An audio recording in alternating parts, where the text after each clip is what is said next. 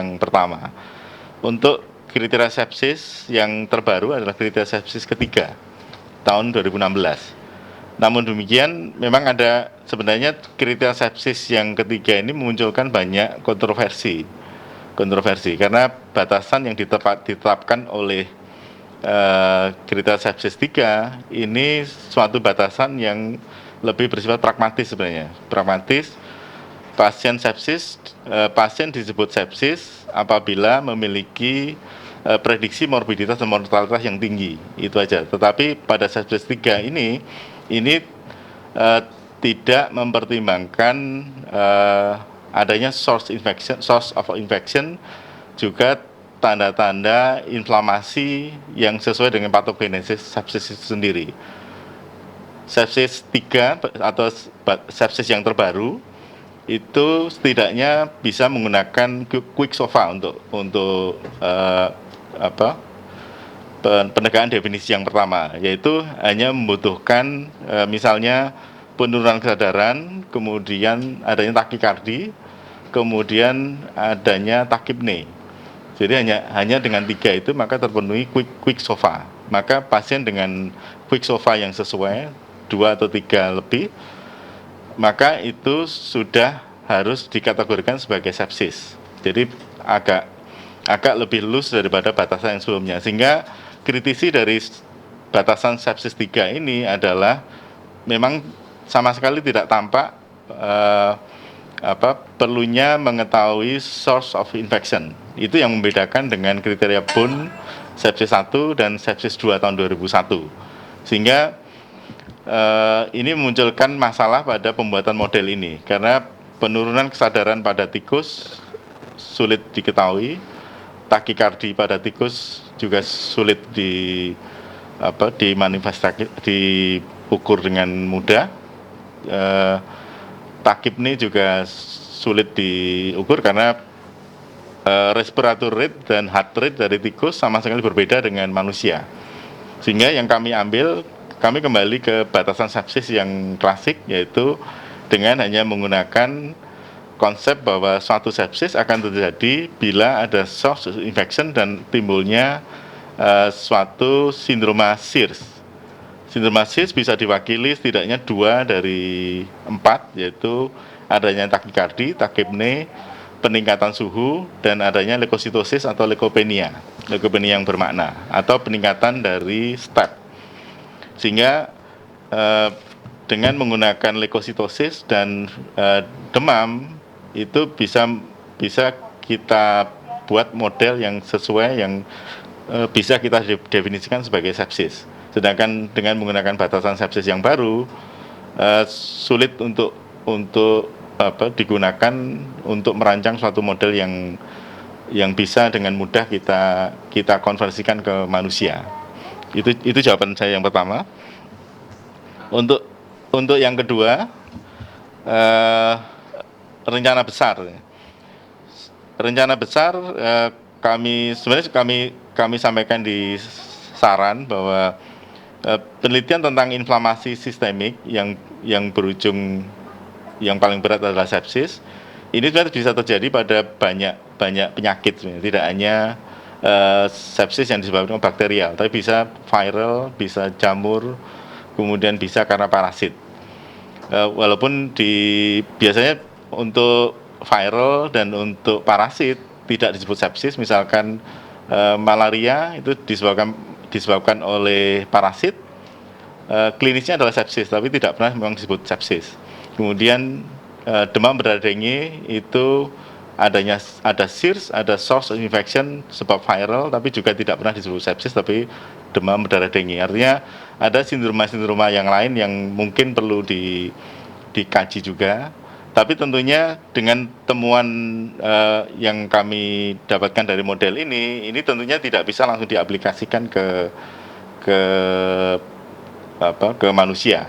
Tentunya perlu penelitian dengan metode dan desain yang lebih bagus. Misalkan start awal adalah observasional, mungkin untuk pasien-pasien diabetes yang sepsis yang menggunakan statin, sehingga populasinya bisa lebih homogen, sehingga bisa lebih dianalisis dengan lebih baik. Kendala yang ada saat ini adalah pasien sepsis selalu datang dengan kondisi sangat heterogen, baik itu bisa sepsis disebabkan oleh chronic kidney disease, bisa karena diabetes mellitus, bisa karena keganasan ataupun penyakit yang lain. Sehingga masalah pertama yang timbul untuk aplikasi di manusia adalah heterogennya populasi yang kita hadapi. Sehingga adanya temuan ini hanya menekankan bahwa regulasi inflamasi yang ada di sepsis itu bisa kita modifikasi dengan menggunakan statin, dan kita tahu jalur mana yang bisa kita modifikasi dalam situasi sepsis seperti ini. Mungkin demikian, Dr. Brahmana. Oke, terima kasih banyak, jawabannya sangat memuaskan. Terima kasih Prof. Sutoyo. Ya, terima kasih. Kita teruskan dengan penyangga ketujuh, yaitu Dr. Muhammad Miftah Usurur, dokter spesialis dalam konsultan PhD. Silakan. Ya, terima kasih Prof. Sutoyo selaku Ketua PUJ. Yang ingin saya tanyakan adalah yang pertama, tadi sudah dijelaskan berulang kali tentang bahwa kita memakai model ya, tidak memakai manusia dengan berbagai plus minusnya. Tetapi problemnya adalah apakah mungkin ya ketika ini karena diinfeksi satu kali ya pada awal, apakah dengan gejalanya waktu itu jangan-jangan ini proses kesembuhannya tidak dengan yang diperkirakan, tapi sudah safely meeting sendiri untuk modelnya. Apakah mungkin begitu? Apakah ada kemungkinan? Yang tentunya juga saya boleh komentar, walaupun memang model itu bagus untuk mekanisme, tetapi untuk aplikasi pada pasien yang mempunyai berbagai macam komorbid dan sebagainya, tetap tergantung tujuan dari penelitian. Tujuan penelitiannya memang model untuk mekanisme betul dengan minimal. Tapi kalau ini nanti untuk aplikatif, tentunya mungkin harus dilanjutkan dengan penelitian yang lebih komprehensif. Nah, yang kedua, ini penelitian ini kan menggunakan E. coli infeksinya, agentnya. Apakah mekanismenya nanti berbeda? Jika sepsis ini tidak menggunakan E. coli, bakteri yang lainnya, apakah nanti model ini hanya khusus untuk infeksi bakteri yang lainnya? Kemudian jika waktunya diperpanjang, tadi dijelaskan singkat bahwa ini tidak sepsis, tapi bagaimana prediksi saudara jika animal ini seolah diberikan makanan tambahan, diperpanjang prosesnya, pemberian statin diperpanjang, kira-kira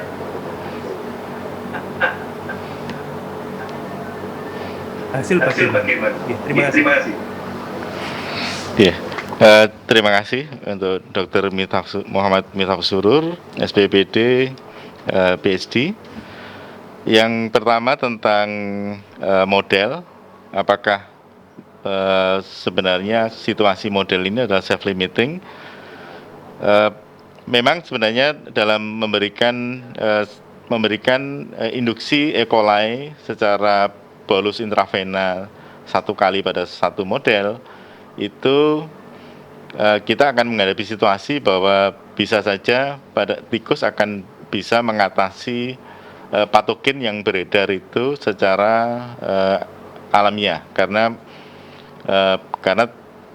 bisa saja tikus punya suatu imunitas adaptif terhadap misalkan E. coli. Kita belum tahu seperti itu. Tapi secara model memang diperbolehkan untuk menggunakan E. coli untuk model sepsis seperti ini.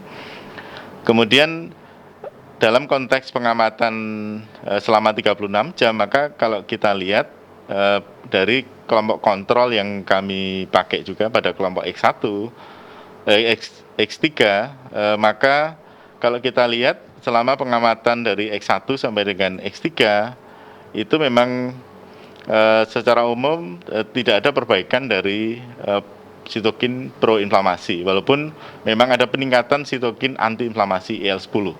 Itu ada peningkatan, tetapi ternyata peningkatan IL-10 tidak adekuat, sehingga ke depan kalau kita teruskan sampai sekian jam berikutnya atau sekian hari berikutnya, bisa saja itu akan tetap berlangsung, atau memang kalau dengan model seperti ini maka bisa saja patogen E. coli akan diatasi oleh tubuh. Maka memang kami memasukkan ini sebagai keterbatasan penelitian, sehingga kami hanya memasukkan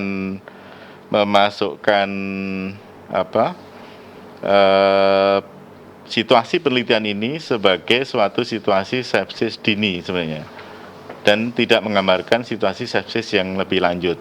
Walaupun dari penelitian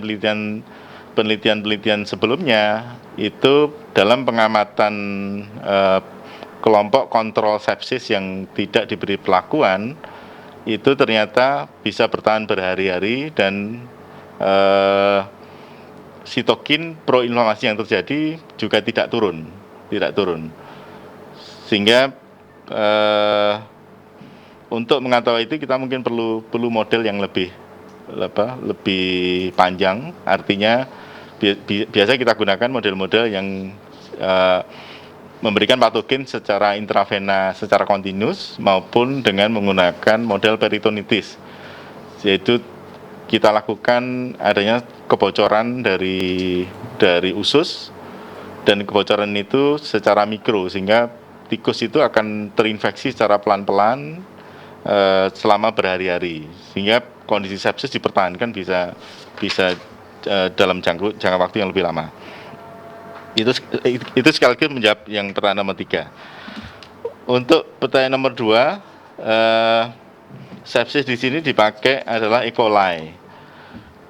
Kami gunakan E. coli sebenarnya untuk menggambarkan situasi sepsis yang terjadi secara umum di populasi manusia, di mana E. coli atau secara yang lebih besar ada bakteri gram negatif merupakan infeksi yang dengan proporsi paling besar dari bakteri yang ada, maka infeksi gram negatif itu adalah infeksi yang terbesar. E. coli adalah salah satu agen infeksi yang menyebabkan sepsis yang dengan proporsi paling banyak. Sehingga itu yang kami pakai.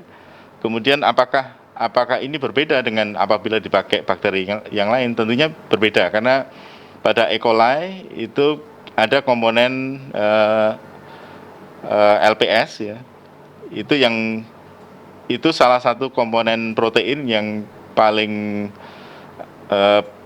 poten untuk merangsang timbulnya sepsis sebenarnya.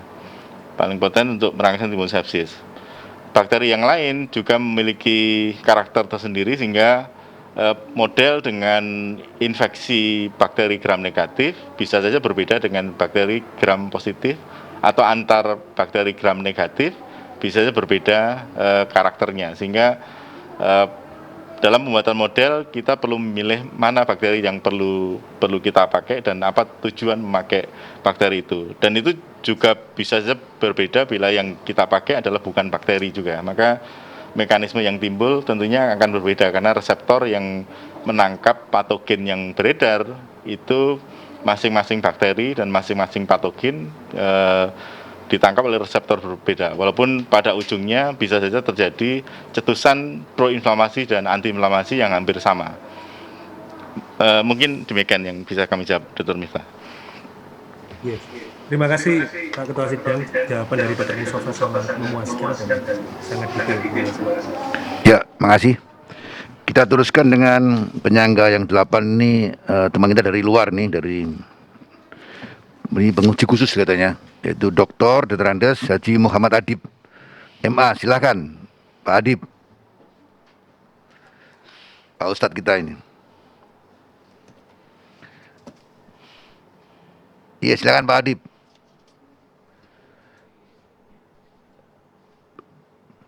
Belum ada suaranya? Belum dinyalakan. Masih di-unmute? Ya. Sudah, terima kasih Ya, pimpinan sidang, Profesor Sutoyo yang juga dekan di Fakultas Kedokteran Universitas Airlangga, juga atas undangan dan kesempatan untuk hadir di UDT 2 ini. beruntung hadir dalam keadaan sehat. Semoga semakin afiat dan bermanfaat. Yang kami hormati, perkenankan saya menyampaikan selamat ini terutama kepada promotor ini, pada Prof. Usman Hadi dan co-promotor Prof. Yusak Nugroho yang telah mengantarkan promosi Vendusnya hari ini hadir pada UGT 2. Lalu sebagai pengantar, perkenankan nanti 2 saja yang saya sampaikan permintaan pimpinan sidang tadi. Ya, Saya ambil semuanya. Saya ingin meneguhkan predikat yang sudah disematkan oleh Dr. Gatot Sugiarto kepada Promovendus ini, Dr. Rusli Mustafa Rusli ini tentang the rising star dari Universitas Erlangga, terutama dari penyakit dalam. Saya ingin posisi ke sana karenanya pertanyaan saya adalah sebagai sanggan itu 2 hal saja. Yang pertama adalah tadi banyak dibahas tentang aksiologi aplikatif begitu. Ya, sebagai pengantar sana saya terima kasih juga berkesempatan mengajar di Fakultas Kedokteran ini S1, S2 dan S3 ini mata kuliah filsafat ilmu. Jadi arah saya adalah kepada epistemologinya dan sidang. 2 pertanyaan yang pertama adalah bahwa di bab 1 ini saya membaca dari disertasi sejumlah 194 halaman ini. Di bab 1 ini tentang review studies, studi terdahulu. Di ayat kedua itu disebutkan tentang beberapa studi tentang sepsis ini telah dilakukan. Nah, ternyata isinya hanya satu saja, yaitu studinya yang dilakukan oleh Holdes tahun 2017, itu pun direview mengacu pada winter 2010. Jadi pengertian atau istilah yang diikuti beberapa itu mengabulkan, tidak jelas. Sesungguhnya berat. Sebagai dasar pernyataan promotor tadi, dasar urgensinya, kenapa sih penting diteliti? Nah, maka studi dahulu ini menjadi penting. Karena itu, saya sebagai menyangga, sanggahan saya adalah beberapa itu berapa, ternyata isinya hanya satu studi saja yang terdahulu. Itu yang satu.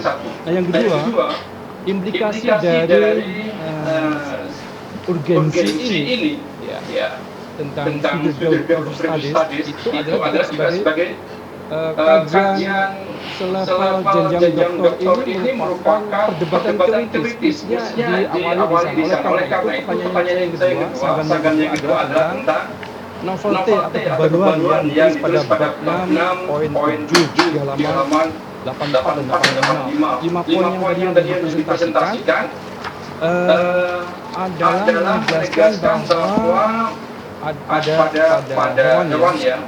Jadi populasinya pada yang mungkin pada binatang. Tapi manusia mungkin itu adalah benar. Yang saya sanggah adalah bahwa disertasi ini tujuannya memang menjelaskan. Jadi bukan teori.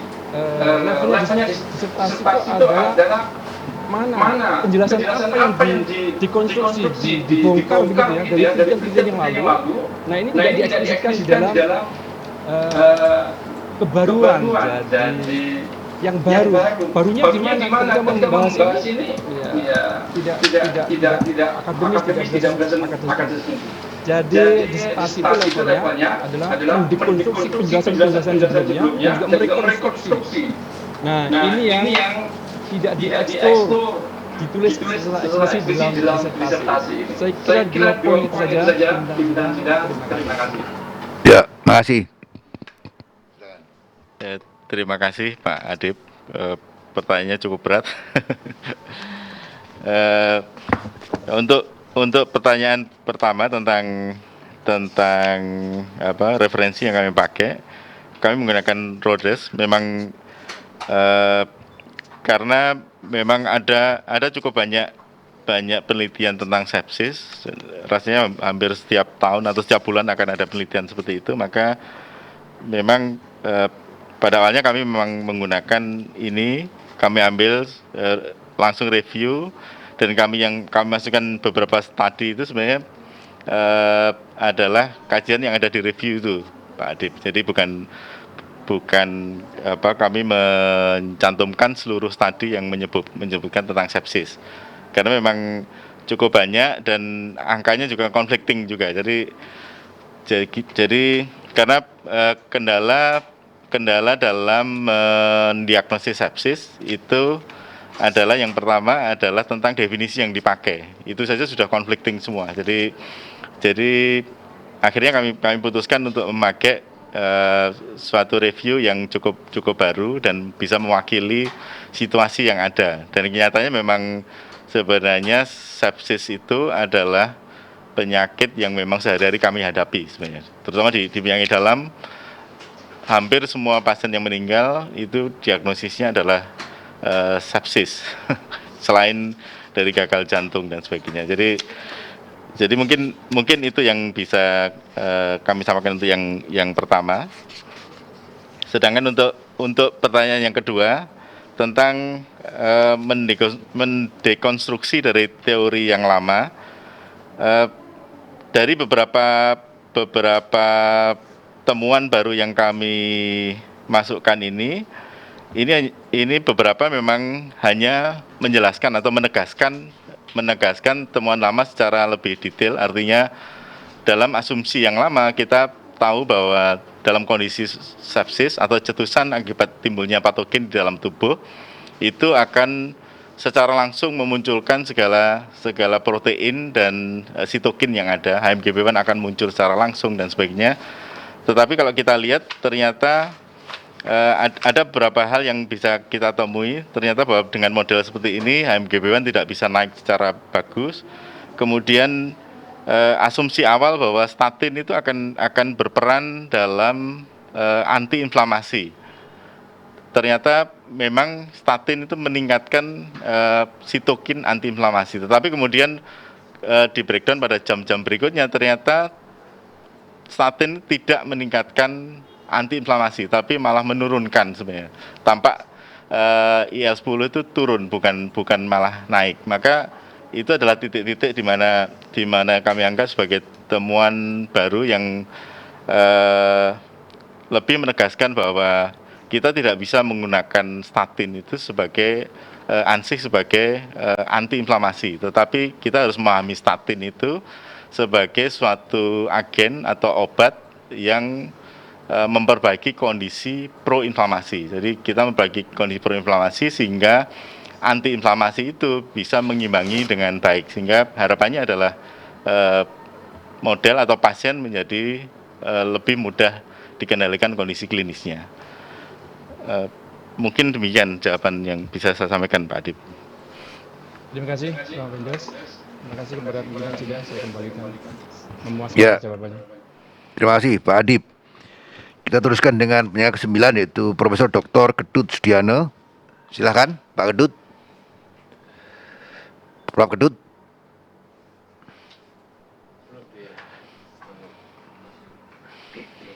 Terima kasih pimpinan sidang. Ya, silakan. Oke. Ini selamat ya Dr. Mustafa. Walaupun saya sudah bolak-balik menguji, tapi karena ini ada ujian saya bertanya ya. Jadi ada dua faktor yang perlu saya sampaikan ini. Kalau kita lihat di dalam sistem tubuh itu ada suatu sistem neuroendokrin yang berperan di dalam meregulasi sistem. Kemudian di dalam sistem ini tentunya ini akan terjadi imbalance. Bagaimana kira-kira pendapat saudara mengenai statin ini yang dapat meregulasi sistem yang mempengaruhi operasi dari proinflamasi tubuh dalam hal ini adalah kelenjar adrenal. Kira-kira bagaimana pendapat saudara menjelaskan apakah kelenjar adrenal dipengaruhi atau dia tidak bekerja terhadap inflamasi? Kemudian yang kedua, kalau kita lihat pada proses inflamasi itu akan terjadi peningkatan TNF-alpha, IL-1, IL-6. Ketiga sitokin ini selain dia mempengaruhi hipotalamus yang memproduksi prostaglandin yang memicu iblis, tetapi juga dia mempengaruhi HEPA, di mana HEPA akan menghasilkan beberapa bahan seperti CRP dan asitonin tadi. Kenapa saudara memeriksa kalsitonin. Padahal CRP itu kan juga digunakan. Mana kira-kira sensitif kualitas. Terima kasih.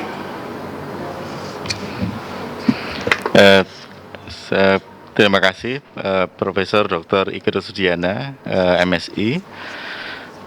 Pertanyaan pertama tentang overekspresi dari sitokin proinflamasi yang terjadi pada sepsis, apakah itu dan hubungannya dengan kelenjar adrenal, apakah kelenjar adrenal itu dipengaruhi oleh statin atau sebenarnya kelenjar adrenal itu akan berperan sendiri. Sebenarnya dalam kondisi sepsis itu yang banyak terjadi adalah adanya akibat peran sitokin proinflamasi dan kondisi proinflamasi yang lain, itu sebenarnya terjadi penekanan terhadap neuroendokrin sehingga terjadi relatif turunnya kortisol sebenarnya, kortisol, sehingga hal ini akan memperparah timbulnya inflamasi yang terjadi.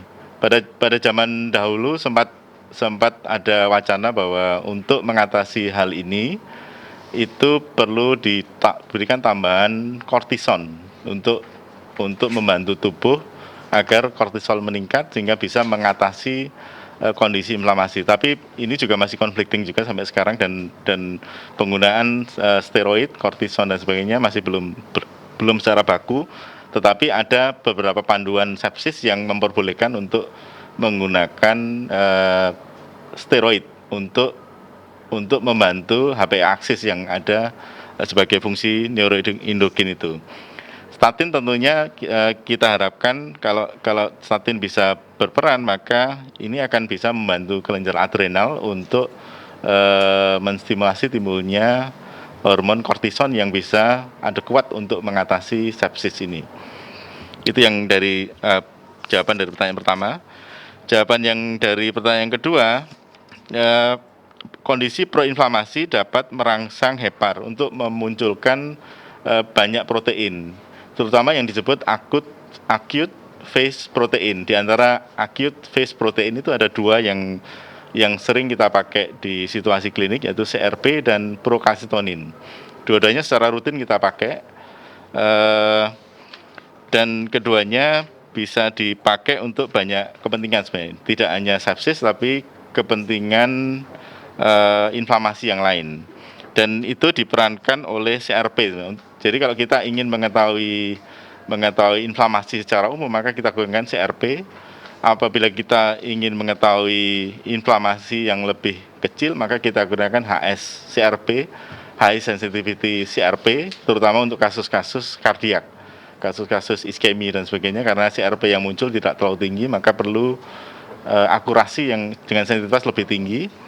Tetapi dalam kasus sepsis yang disebabkan oleh agen patogen bakteri, apalagi bakteri gram negatif, maka lebih tepat dipilih procalcitonin, karena procalcitonin itu dicetuskan oleh sitokin proinflamasi, termasuk IL-1 beta, TNF alpha, IL-6 yang kemudian akan merangsang berbagai hormon, atau ada literatur yang menyebutkan sebagai hormokain, yang kemudian ini akan membuat rilis dari procalcitonin. Procalcitonin sendiri adalah merupakan bentuk prekursor dari kalsitonin. Seharusnya dalam situasi normal procalcitonin tidak akan dilepas oleh tubuh sebelum menjadi di metabolisme cukup sebagai kalsitonin. Tapi dalam kondisi infeksi bakteri, maka itu dilepas secara prematur menjadi procalcitonin. Dalam infeksi yang lain, infeksi virus, itu tidak terjadi karena interferon gamma itu cenderung tidak merangsang dari hormokain yang akan melepas procalcitonin, tetapi dalam infeksi virus cenderung malah terjadi penekanan terhadap hormokain yang menyebabkan rilis procalcitonin tidak terjadi. Sehingga ini menjadi dasar kenapa sehari-hari di klinik kita menggunakan procalcitonin sebagai parameter yang kita gunakan, kita menentukan apakah infeksi ini adalah infeksi bakterial atau bukan. Kalau infeksi lebih dari 0,1 atau 0,5 nanogram, maka itu kita nyatakan sebagai infeksi bakterial, karena procalcitonin hanya bisa distimulasi oleh infeksi bakterial dan tidak oleh infeksi yang lain. Jadi secara umum itu model yang saya pakai adalah model yang menggambarkan situasi yang kita hadapi di klinis, sehingga nantinya secara aksiologis kalau diperlukan maka penerapan untuk desain pada model yang lain atau pada manusia itu bisa dilakukan dengan lebih mudah karena kita memakai parameter yang memang sebenarnya kita pakai sehari-hari. Mungkin demikian jawaban saya, Prof. Ketut. Terima kasih. Jadi kalau kita perhatikan, ini masih oriented pada infeksi. Pada saat itu bisa terjadi juga pada infeksi kalau kita lihat kerangka konsep dari HIV. Ya, berkaitan dengan sel bisa disebabkan oleh trauma tertentu yang sejak otak mungkin ya. Kemudian faktor-faktor lain. Ya. Tapi apa? Saya kira itu saya bersama dengan jawaban saudara. Terima kasih. Saya kembalikan pada. Terima kasih, Bro. Prof. Stoyo. Ya, terima kasih. Jadi saya ini yang terakhir. Jadi banyak ini pertanyaan sudah disampaikan oleh para penyangga yang lain. Tapi saya ada pertanyaan juga ini. Jadi di lapangan di bidang urologi itu kan banyak pasien-pasien yang mengalami urosepsis. Urosepsis itu biasanya cukup berat kalau diakibatkan oleh kuman-kuman Pseudomonas. Ini penelitian saudara ini kan banyak karena ini E. coli ya, E. coli. Nah, apakah bisa dipakai juga untuk pasien-pasien urosepsis? Dan kalau tadi apa juga masih bermanfaat kira-kira untuk pasien urosepsis di mana pasien tadi itu tidak ada apa hiperkolesterol misalnya gitu ya. Itu yang pertama. Yang kedua juga sekarang kan ada musim pandemi COVID-19 ini, apa bisa juga diberikan pada pasien-pasien yang karena COVID ini tapi karena infeksi sekundernya, terutama karena infeksi sekunder. Kalau virus tadi kan saya sampaikan memang tidak bisa, tapi karena infeksi sekunder daripada virus tadi itu. Ya, silakan. Terima kasih. Terima kasih Profesor Dr. Sutoyo, spesialis urologi konsultan. Untuk penggunaan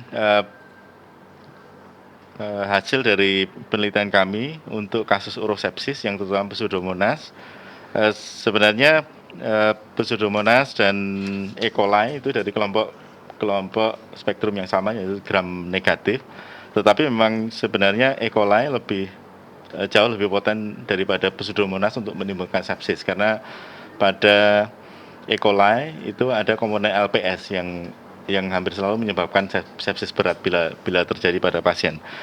Tetapi memang pada Pseudomonas juga bisa terjadi dalam konteks bahwa setiap ada source infection yang masuk ke intravena itu akan memicu SIRS yang itu masuk dalam definisi sepsis. Cuma bedanya untuk Pseudomonas lebih banyak kita temui di konteks di hospitalize, artinya orang-orang yang berhubungan dengan rumah sakit, maka infeksi Pseudomonas banyak terjadi karena Pseudomonas salah satu kelompok infeksi yang banyak terjadi di rumah sakit dan tidak di masyarakat sebenarnya. Hasil temuan ini tentunya karena merupakan dari golongan bakteri yang sama, yaitu gram negatif, maka sedikit banyak hasil temuan ini bisa dipakai sebenarnya. Tetapi memang secara detail karena mekanisme yang terjadi, asumsi mekanisme yang terjadi secara konsep mungkin berbeda karena cetusan pada E. coli ini adalah terutama dari LPS, sedangkan Pseudomonas mungkin dari membran sel yang lain dan protein yang lain, maka bisa saja ada sedikit perbedaan. Tapi biasanya secara umum pada kelompok gram negatif akan memiliki karakter yang sama, gram positif akan memiliki karakter yang sama, viral ada yang sama dan tidak dan sebagainya. Artinya dalam setiap konteks itu penelitian ini mungkin masih bisa diaplikasikan untuk kita memahami kondisi sepsis yang terjadi akibat Pseudomonas. Itu untuk yang pertama. Untuk COVID ini statin ini cukup menarik karena memang bahkan di tahun 2020 ini pada mungkin sekitar bulan April atau Mei kemarin itu sudah ada publikasi in-depth review tentang penggunaan statin pada COVID sebenarnya. Jadi asumsi yang ada dari artikel itu menyatakan bahwa statin bisa saja terlibat dalam digunakan untuk mencegah terjadinya proinflamasi yang berlebihan pada COVID. Di situ disebutkan bahwa peluang statin untuk digunakan pada COVID itu terletak pada manipulasi atau modifikasi terhadap interaksi dari HMGB1 dan komponen RAGE. Jadi salah satu reseptor yang ada di permukaan sel yang itu kemudian bisa memicu timbulnya inflamasi yang berlebihan. Seperti kita ketahui, COVID memang memunculkan manifestasi klinis yang tampak seperti inflamasi yang berlebihan. Bahkan ada beberapa ahli menyebut sebagai adanya badai sitokin pada COVID. Dan itu statin merupakan salah satu kandidat untuk memodifikasi kondisi itu. Jadi jawaban untuk yang kedua, statin memang ada ahli yang mulai tertarik untuk mengembangkan melalui komponen HMGB dan RAGE itu. Mungkin demikian, Prof. Sutoyo. Ya, terima kasih, Dr. Mustafa. Saya puas dengan jawabannya dan cukup bagus jawabannya itu dan sangat mendetail sekali. Terima kasih. Kita teruskan dengan para undangan akademik. Ada dua. Yang pertama adalah Dr. Martono Tri Utomo, dokter spesialis anak konsultan. Silakan. Dr. Martono, silakan. Terima kasih Prof. Dr. Sutoyo. Selamat untuk Dr. Mustafa ya. Ini juga teman seangkatan saya. Untuk pertanyaan saya cuma satu ya. Jadi untuk penggunaan pada klinis pasien komorbid, apakah itu adalah sebagai dislipidemia? Bagaimana penggunaan pada pasien yang tanpa komorbid? Terima kasih. Pertanyaan? Ya, terima kasih Dr. Martono Tri Utomo, spesialis anak konsultan. Pertanyaan tentang penggunaan statin pada pasien tanpa komorbid, atau mungkin bisa dimaknai penggunaan statin untuk situasi inflamasi di luar indikasinya ya. Indikasi statin adalah hiperkolesterol. Sebenarnya pertanyaan ini sudah kelihatan sudah tercetus cukup lama kalau kita lihat literatur, dan itu tampak dalam berbagai penelitian yang ada yang sudah ada. Memang ditengarai memang statin memang berperan bahkan juga pada inflamasi kardiak. Kasus-kasus penyakit jantung pun apabila pasien normal tanpa hiperkolesterol, maka kalau diberi statin maka akan membaik performa kardiaknya, walaupun ini masih conflicting. Sama juga untuk pasien-pasien yang tidak ada indikasi untuk statin. Tapi tentunya ini masih perlu pengajian lebih lanjut, karena dengan membuat statin sebagai antiinflamasi, maka kita perlu untuk membuat indikasi baru untuk statin. Sebenarnya kalau konteksnya adalah manusia, maka tentunya ada prosedur untuk membuat walaupun statin ini obat yang sudah dipakai lama dan untuk banyak kepentingan, tapi indikasi utama tetap sebagai anti hiperlipidemia atau anti kolesterol. Sehingga penggunaan statin untuk kepentingan yang lain termasuk antiinflamasi itu perlu perancangan studi untuk memperoleh indikasi baru yang lebih baku. Mungkin demikian, Dr. Martono, yang bisa saya jawab. Ya, Dr. Martono. Ya, terima kasih. Kita teruskan dengan Dr. M. Vitanata Arfianto, dokter spesialis dalam. Silakan. Oke, terima kasih Prof. Toyo. Ya. Selamat untuk Dr. Mustafa telah menyelesaikan S3-nya ini ya dengan bagus sekali. Pertanyaan saya adalah saya tertarik sekali dengan penelitian sepsis ini terkait dengan prediksi ya, apakah suatu ketika HMGB1 ini bisa menjadi marker prediktor untuk sepsis. Mohon dijelaskan. Ya, terima kasih Dr. Vitanata Arfianto, spesialis penyakit dalam konsultan penyakit tropik infeksi. Ya, beliau satu tim dengan saya dalam riset ini. Penggunaan HMGB1 untuk prediktor untuk sepsis. Dari penelitian kami tampaknya HMGB1 tidak terlalu muncul dengan baik dengan induksi E. coli secara bolus intravena, sehingga kemungkinan kalau kita interpolasikan dalam kondisi yang lain, kondisi sepsis, maka berarti butuh kondisi inflamasi yang lebih tinggi dan lebih masif untuk memunculkan HMGB1. Artinya kalau dibalik, maka kalau HMGB1 naik dari angka baseline-nya, maka tentunya ini bisa saja sebagai kandidat prediktor untuk sepsis yang berikutnya.